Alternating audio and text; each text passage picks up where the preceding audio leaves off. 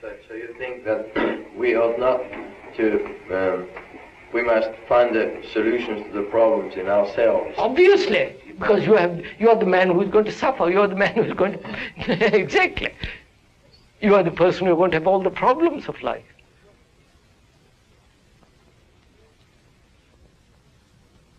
This series of talks by Krishnamurti represents the first time that he has permitted any of his talks or public appearances to be filmed.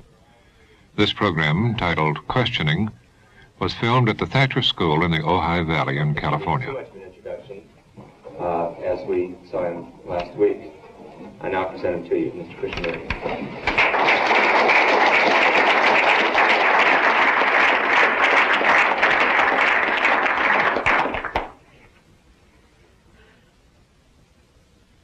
All the things we talked about the other morning. You know, it is really quite difficult to ask questions. And one must ask questions right through life. The more we ask, the greater the understanding between ourselves and our life. And also, we should, I think, in all asking questions and in replying and understanding of that question, one should have a spot of skepticism. One can ask questions intellectually, argumentatively, to sharpen one's own brains at the expense of somebody else. So, I hope you'll ask lots of questions, but to ask a question, it must be the right question. A wrong question will inevitably have no answer at all. But a right question, in the very asking of it, unfolds the understanding of it. And to ask a right question needs a great deal of intelligence, a great sensitivity, and a comprehension of the immense complexity of life. Anybody can ask a question. That's the easiest thing to do. But to ask the right question and to go to the very end of that question, not verbally or intellectually or merely emotionally, but as a whole, as a total problem and a total issue. So I hope we can ask questions and see how far we can get together on that. There's probably great hunger in India, as you said in your talk a couple of days ago. And I think I want to do something about it. And so I go to India, and I try to help the people, and I try to help them overcome their hunger and things of this nature. But is it really doing that much good? You're going or my going to India and helping a little bit here and there doesn't get anywhere. You might give food for half a dozen people. Do your best, but that's, you can't. There are 470 million people, and doing a little bit there. It doesn't. I mean, I'm not laughing at it. It doesn't get anywhere. Now, what will solve the problem? What is the problem? Hunger. Hunger, lack of clothes, shelter, all that. Now, how is it going to be solved? Not by a particular nation. As you and I can't solve if we went to India, we couldn't solve it. No sovereign government is going to solve this. No Indian government is going to solve it. They can pretend, and they do. So, what is preventing the solution of this problem is nationalism.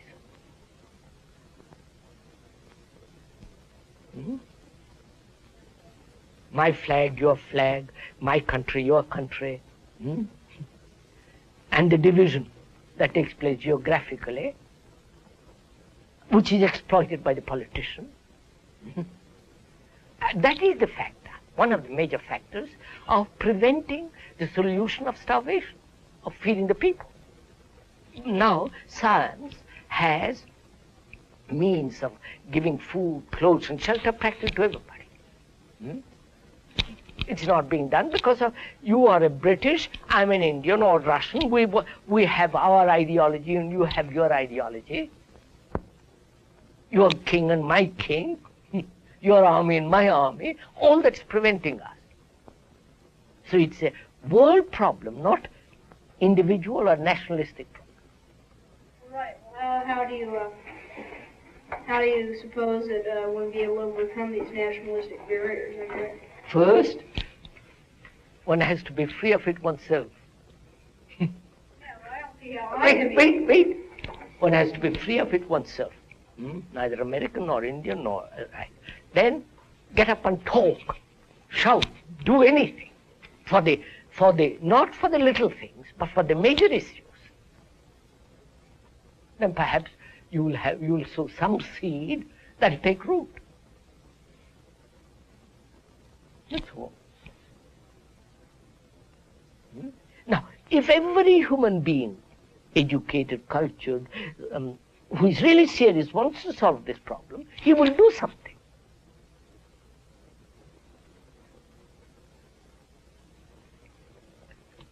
Like war. We have accepted war as the way of life. All man has, throughout centuries. And to stop war, difference is concerned with the whole process of living as a human being. Then perhaps we'll be able to solve this question of war. You spoke last week of man achieving a clarity of mind and a broader view of life. But it would seem to me that one could achieve this clarity of mind and a greater, deeper understanding of life if you were to try to attack a certain part of it and then see the result and therefore understand what happened more deeply and so that's increase his understanding. I understand. You mean there are these fragments, business, religious, political, science, and so on, fragments. Now, and you, by going through each fragment, you would understand the whole thing. Participation of it in each fragment. Yes. Now, do you know what that implies? How long it would take for each person, for every individual to take each fragment and go through it, understand it. To me, it seemed to be impossible. Impossible, isn't it? Completely impossible. And therefore, they say, let us put all these fragments together. Which again is impossible. You can't, by through fragment, make the whole. So, how do you then understand something totally?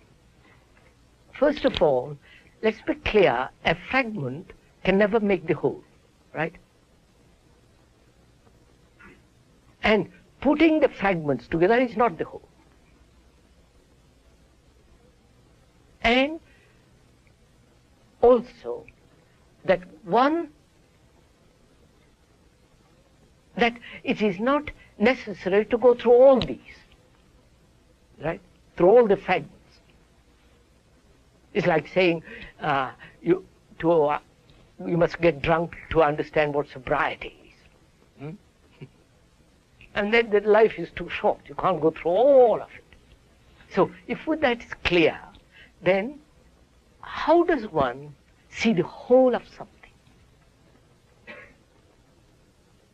Whole of life, life including sorrow, death, love, family, politics, economics, amusement, entertainment, the misery, this, all that.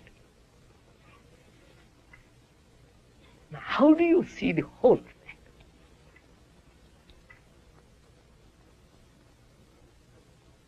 that?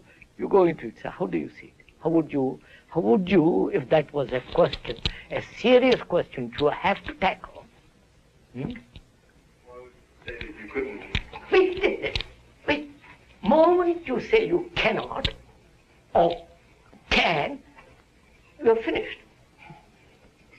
You stop investigating. When you say I can't, you have blocked yourself. But you can understand more and more of it. Not by blocking yourself. Look, sir, if I say there is no God, I've blocked myself, haven't I? Or if I say there is God, I've blocked myself. But if I say I really don't know, let's find out. Then I have the energy to go into it. Right? Now, so don't let's say yes or no. Don't let's take sides about it. Now, how would you see the totality of something, of life? Get a grasp of, feeling of it, a touch of it, a smell of it. Well, as I said, by trying to take more and more of it and understand more and more of it. You have no time. I know, that's the problem. That's the problem, of course. You're saying that's that what you I can't said. do it that way. That's what I said at the beginning. Yes, I mean, if I take time, it'd be impossible. So now, eliminate time. You follow what we are doing? We are eliminating time, gradually, get it? We are also eliminating fragmentary approaches, right? And also we are eliminating the idea that when we put them all together, we'll get an understanding. You have approached this problem with the habitual tools, and you have eliminated those tools. Not because you are prejudiced against them, but you say that they won't answer. Now, when you have eliminated them because they do not answer, your mind is sharper, isn't it? If you're on the right track. Of course, you have eliminated them.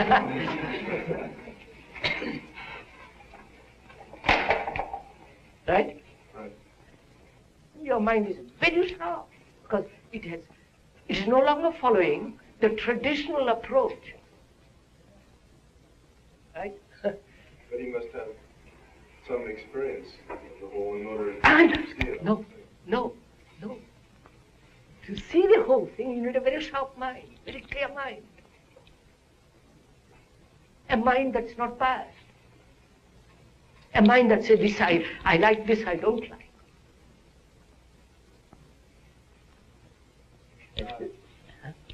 The mind that is in a pattern or expects to be led, it won't ever see the complete truth. But does that necessarily mean that the mind that is free will see the truth? If you want to see the view of that valley from the hill, you take a survey of the whole thing, don't you? That means your mind is no longer merely fixed on the Thatcher school or a particular school. You look at the whole valley.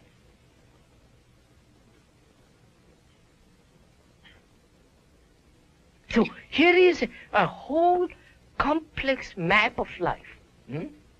Business, all the rest of it. Very complex. And to understand the whole of that, you must be free to look. But you cannot look if you say, well, it must be, you can only look at it through a fragmentary approach. Therefore, we say, free the mind from fear. as long as there is fear, that fear will take shelter in a belief. Christian or doesn't matter what belief. Because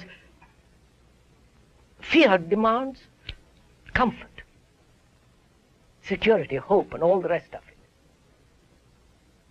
So, being afraid of something, death or something else, that fear must take shelter in something. Therefore, whether you believe in reincarnation or not, or some other belief, is the same. All beliefs are the same, because they are essentially born out of this fear.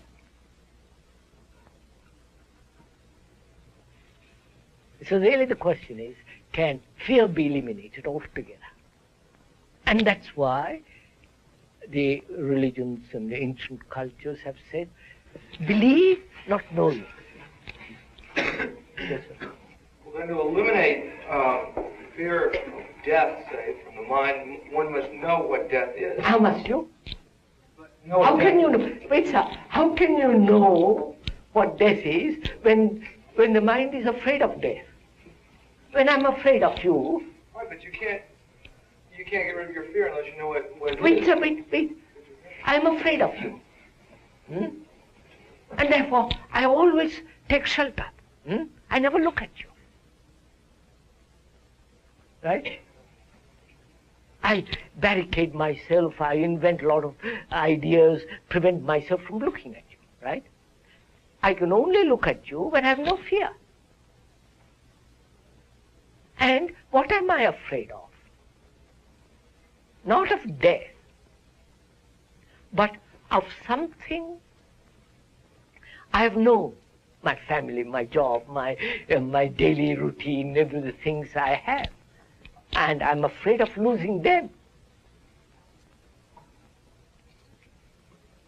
I'd like to know your thoughts on that.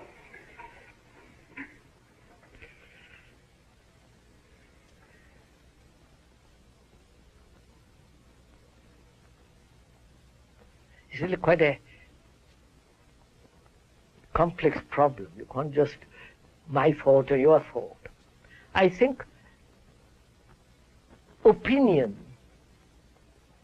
has very little place when we are faced with direct things of life. Most of us are guided by our personal inclination or personal idiosyncrasy, or compelled by circumstances, which are all very small affairs. But a problem like death is a problem of man. Whether he lives in China, India, or in Russia, or here, it's a problem which man has struggled with through centuries upon centuries. And the Egyptians, say, for instance, lived. For them, death was much more important than living.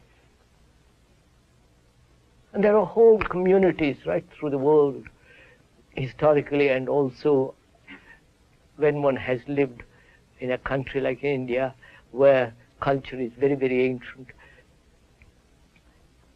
There are all kinds of ideas, beliefs, dogmas about death. Death being, one is frightened of it. Frightened of that thing called death, which is going to put an end to everything. So they invent theories, like reincarnation. You know something about it? Either you choose that or the Christian belief, which depends upon your conditioning. If you are a Christian, naturally brought up in a Christian world, you will accept that, the Christian dogma. Now, if one can put aside the Asiatic belief and the Christian belief and every form of personal hope and despair, and then we can investigate the meaning of death.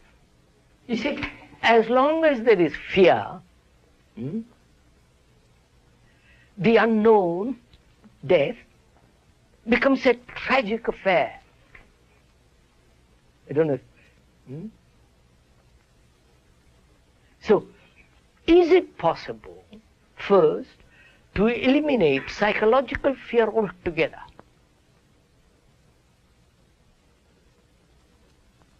That's quite a, I won't go into all that. Unless that is done systematically, with clarity, without any arrière-pensée, without any holding back from this problem of fear, then one can go into this question of death very, very deeply. But otherwise you're caught in a rationalization, or in the whole of the Asian belief of reincarnation, or a Christian belief. Or you don't care. But it seems to me a society or a community or a group of people who are not concerned with death, have no foothold in life. You know what I mean? Have nothing. Therefore they become terribly superficial. That's what's happening in this country. Terribly mundane, physical, and no culture can stand that. Do you agree that the fear of death is the fear of losing your possessions, the joys of life? Partly. Well, if that's so, then the person who has reached the state of clarity, who has cast off all his fears and the fear of death, therefore he wouldn't, the joys of life wouldn't mean anything to him. Because, is that? That's just it. Why not? How do you lose the fear of death? By not fearing the things that you... No. There must be much more positive action than that. You must die every day.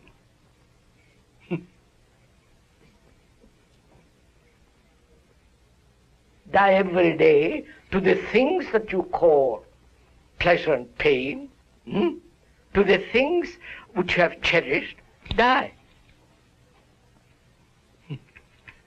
Otherwise, what? Look at, sir, what are you? A bundle of memories, aren't you? Huh? Experience, knowledge, information. And that you carry on all the day along, all the years.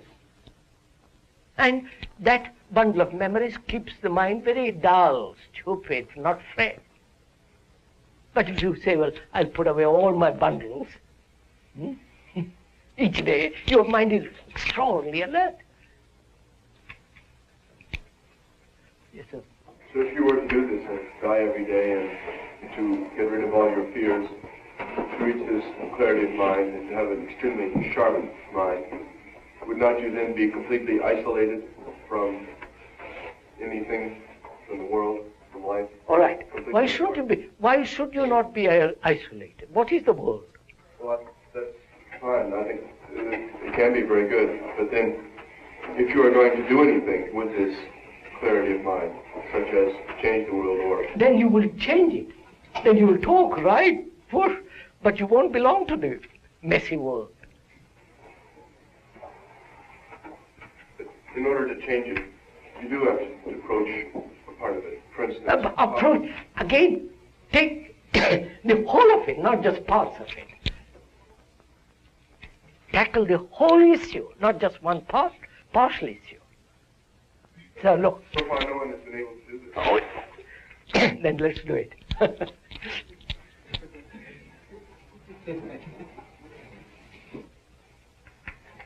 And you said that we have to approach everything with an open mind and we mustn't take any point of view. That if we get confused, we'll judge. Well, when you approach, say, what is life with an open mind, you'll start and then you'll get one fragment you won't understand. And you'll question it. And then you'll become confused. And then you'll have to judge. Well, how are we supposed to do this without... First of all, they're contradictory informations. One propagandist says one thing, another propagandist says another. the priest says something, and the businessman, the military man, and the politician, everybody is contradicting the other, and you and people generally are the recipient of all that contradiction. Right? So what do you do? Well, you have to judge. And no, you realize you are the result of all these contradictions. How can you judge when I'm... No, I suggest, first of all, is it possible not to be influenced at all? No, don't say no. You see, moment you say no, you've already taken a stand. Is it possible not to be influenced? Find that out. Yes. And that's very difficult because we are the result of 1,000 influences. Food, climate, and the culture in which you are born, and so on, so on. And we are the result of this terrific pressure and strains and influences. And I am that, you are that. And so how do you free yourself first from the influence, from your conditioning, and then you can ask the question, how am I to keep clear all the time of confusion? Then it's very simple, you're not confused. If we think that Jesus is the Son of God, it limits us. If we think that he was some man who taught wisely and tried to teach people, it helps us to understand him better. Do you think so? I should think so. No. No, to me, you see, sir, that's not very great importance. What is great importance is not what somebody said or somebody did or did not. Can I, as a human being, lead a different kind of life? That's all. That is the crucial point. Not what Buddha, all the people have said, well, may be true, may not be true. What is important, what is essential and urgent is, can I live a different life altogether? This has been the 6th of 8 programs presenting Krishnamurti, whose extraordinary approach to the fundamental questions of our time has attracted wide attention in Europe, Asia, and America. This program was filmed at the Thatcher School in California.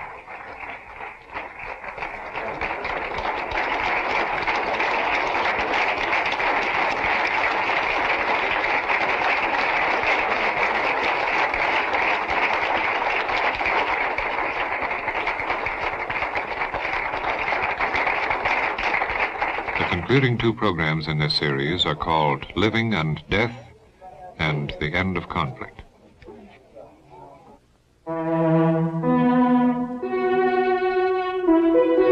This is NET, the National Educational Television Network.